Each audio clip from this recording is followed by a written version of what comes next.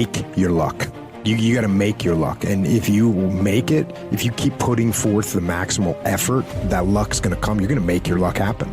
We lie to ourselves. We don't tell ourselves the way things really are. And when we do that, then we can't fix our problems. If we can't fix our problems, we're not going to improve. So we have to be truthful to ourselves. I have to be truthful to myself. You have to be truthful to yourself. You have to stop rationalizing, stop making excuses, stop telling yourself little watered down assessments of where you're really at. Tell yourself the truth so that you can get where you want to go. You can be who you want to be. You can be who you should be. Who you should be when you do what you know you should do, when you pay attention to the little things, when you implement discipline, true and unflinching and unmitigated discipline in your life, when you stop trying to find a sweatless solution, when you look for weaknesses to work on, when you allow no easy excuses. And all that starts when you stop lying to yourself. When you stop lying to yourself, that's when you can become who you know you should be. When you tell yourself the truth about where you are so you can make sure you are in the right place. And if you're not in the right place, then you can get yourself on the path to get there. The path of discipline, the path of hard work, and the path of truth. As a leader, you have to be balanced, right? You have to be balanced. So let's just take humility and ego, because we're looking for people that are humble. But at the same time, you can have someone that's so humble that they lack confidence. That's bad. On the other side of that spectrum, you can have someone that's so confident that they're overconfident, their ego's big, and they don't listen to anyone else. Where do you want to be? You want to be balanced, somewhere in the middle. I talked about the fact that you need to be articulate as a leader. That's great. Can you be a leader that talks so much that people stop listening to you? The other end of the spectrum is you are a leader that doesn't say enough, and now the team doesn't know what direction they're supposed to be going in. So where do you want to be? You want to be somewhere in the middle. You want to be balanced. You're not going to make any excuses. You're not going to blame anyone else. You're going to take ownership of whatever happens. And when something goes wrong, instead of pointing fingers and blaming someone else, you're going to take ownership of that problem. You're going to take ownership of figuring out what the solution to that problem is, and you're going to take ownership of implementing that solution. So that is the number one thing that I'm looking for a leader to do, is to take ownership of the problems. And again, we call that extreme ownership. Those days when I'm tired or worn out or just basically sick of the grind, what do I do on those days? I go anyways. I get it done, even if I'm just going through the motions. I go through the motions. I don't really want to work out. I work out. I really don't want to hammer on a project. I hammer on the project. Don't really want to get up and get out of bed. Yeah, I get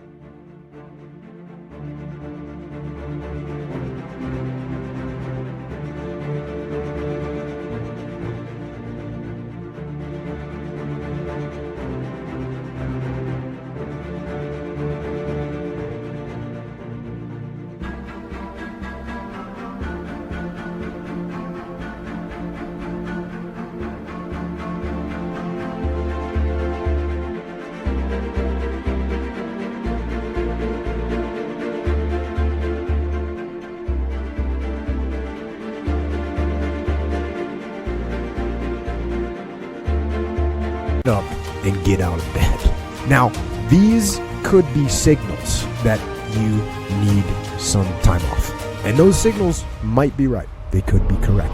But don't take today off. Not today. Wait until tomorrow. Don't give in to the immediate gratification that is whispering in your ear. Shut that down. Do not listen to that little voice. Instead, go through the motions. Lift the weights.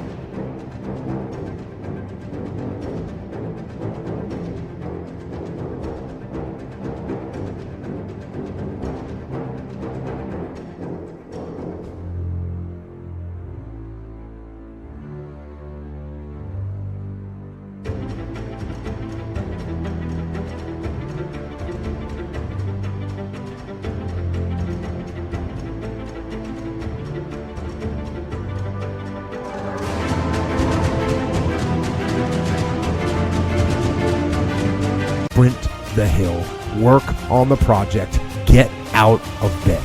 As an overall rule, I do not like procrastination. You need to get things done. But if you are going to rest, that is one thing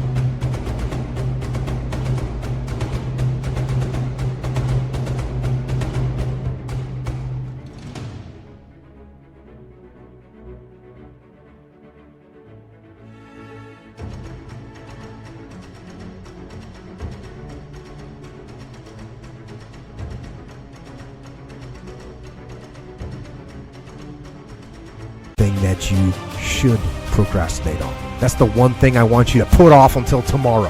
And if, when tomorrow comes, you still feel like you need to rest or you need to take a break, then okay, take it. But the chances are you won't. You won't need that rest. Chances are you will realize that the desire to rest was just weakness. It was just the desire to take the path of least resistance, the downhill path, the easy.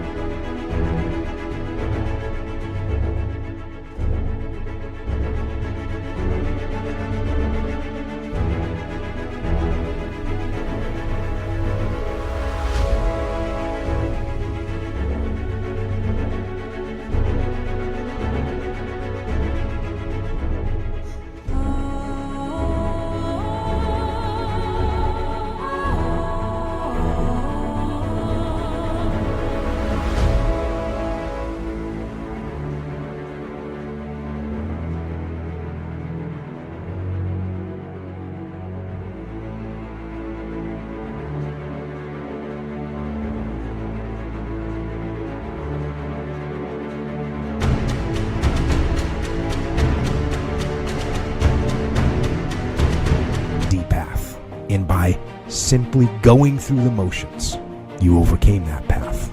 And you stayed on the righteous path, the disciplined path. You stayed on the war path, which is right where you know that you belong.